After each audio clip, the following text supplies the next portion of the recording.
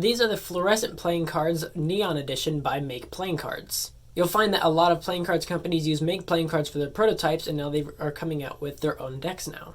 You'll also see that all my fingers and everything are all purple, and that is because I'm doing this under a black light, which actually makes these cards have the contrast that they have. Because with that, all the cards inside have very little contrast. You'll see that the one side has some ad copy, and the other says Fluorescent playing cards. The bottom has some ad copy as well, and the back shows what the back design is going to look like. The top says making cards since 1982, and the inside of the tuck flap has more ad copy. The two inside tuck flaps as well as the rest of the tuck box is all done in the same fluorescent yellow, which I do really like this fluorescent yellow, which I did not expect to because I haven't ever liked it before, but I've never put it under blacklight, which has made this really fun. But enough about this tuck box, let's take a look at the cards inside. I absolutely love the trees, the clouds, the flowers, and everything else about this back design. I do wish there were some more solid spots when it came to the actual white part and not the yellow, or something separating the trees from everything else. These cards do look great in action though. You can check out the Instagram page cardperfectmagician to check out some fun stuff I did with these cards. Your number cards have been redone, not the placement of them, but the actual suit shapes. So the clubs are a little bit more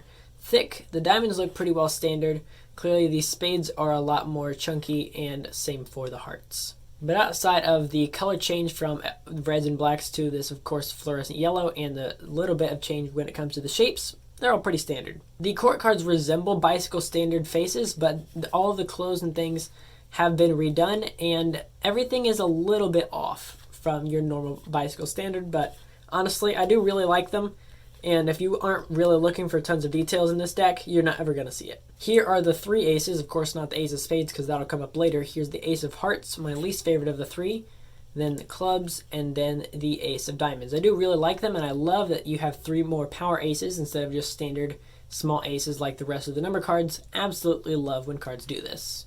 Then you get two semi-duplicate jokers, an ad card that just says Fluorescent, and of course your NPC ace of spades. Now the only problem I have with the ad card is that you can always tell where it is, but outside of that, these cards, when it comes to the Pharaoh shuffle, from top to bottom can Pharaoh beautifully every other, which usually Make playing cards has been pretty good with, especially in recent years.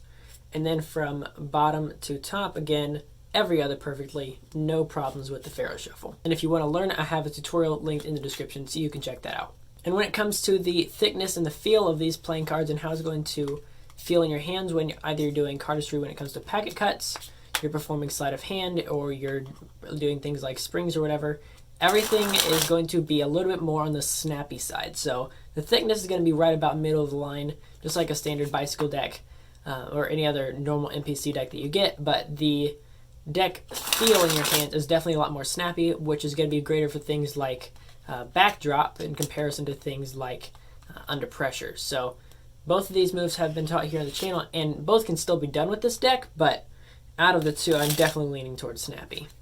If you're trying to figure out if you should pick this deck up, well, I think it depends on what kind of person you are. If you're someone who just likes to collect cards or make a lot of videos or that type of content, I definitely think this is going to be for you. If you're just someone who likes to perform magic out in like normal settings, whether it be in a classroom setting or at different venues, these cards are not going to be for you because for the most part, you're not going to have black lights everywhere you go. And when there's no black lights, you can barely see these cards at all.